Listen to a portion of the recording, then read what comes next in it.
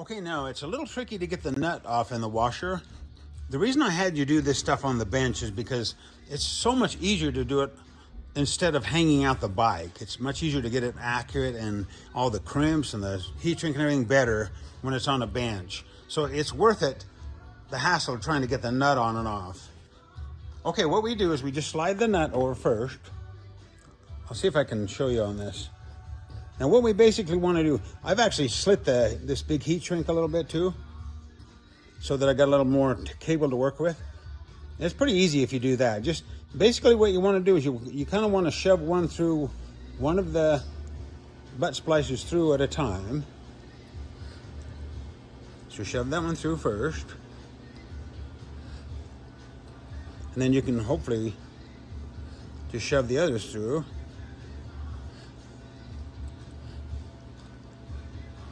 And there you go.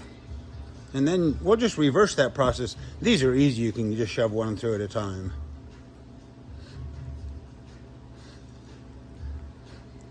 One, two, three. And the washer is really easy too, so do the same thing with the washer. And then I'll show you how to, we'll put them on the bike and then I'll show you how to reverse the process to get it back in the bike. Okay, we'll do the right side of the bike first, because it's not a very long run from here to where they plug in. So we're going to use the shorter of the two wires.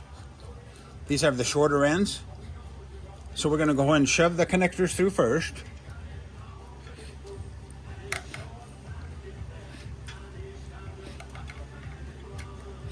And then I think on this hole, I think the heat shrinks will go through just fine.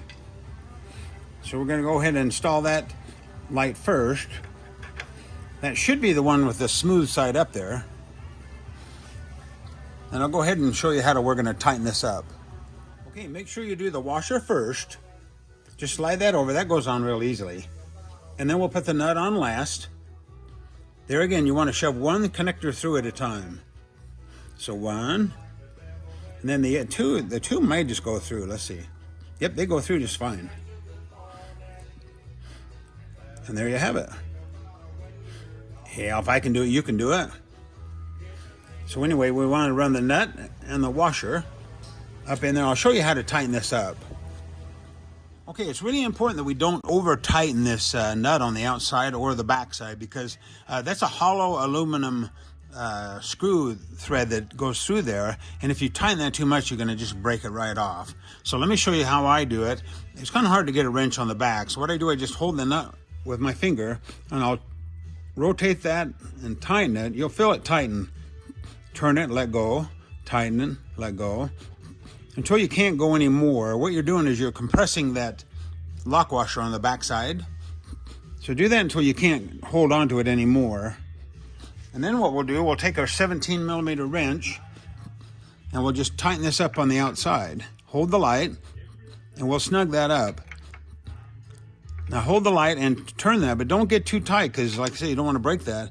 You want it to tighten up to where it doesn't turn easily. You can give it a little bit of snug. That's pretty solid.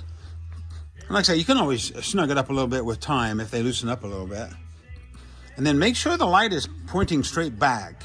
You don't want it on an angle, because you won't be able to see the light very well, and they kind of look funny. You want to kind of be in line with the bike. And there's your cable on the back side.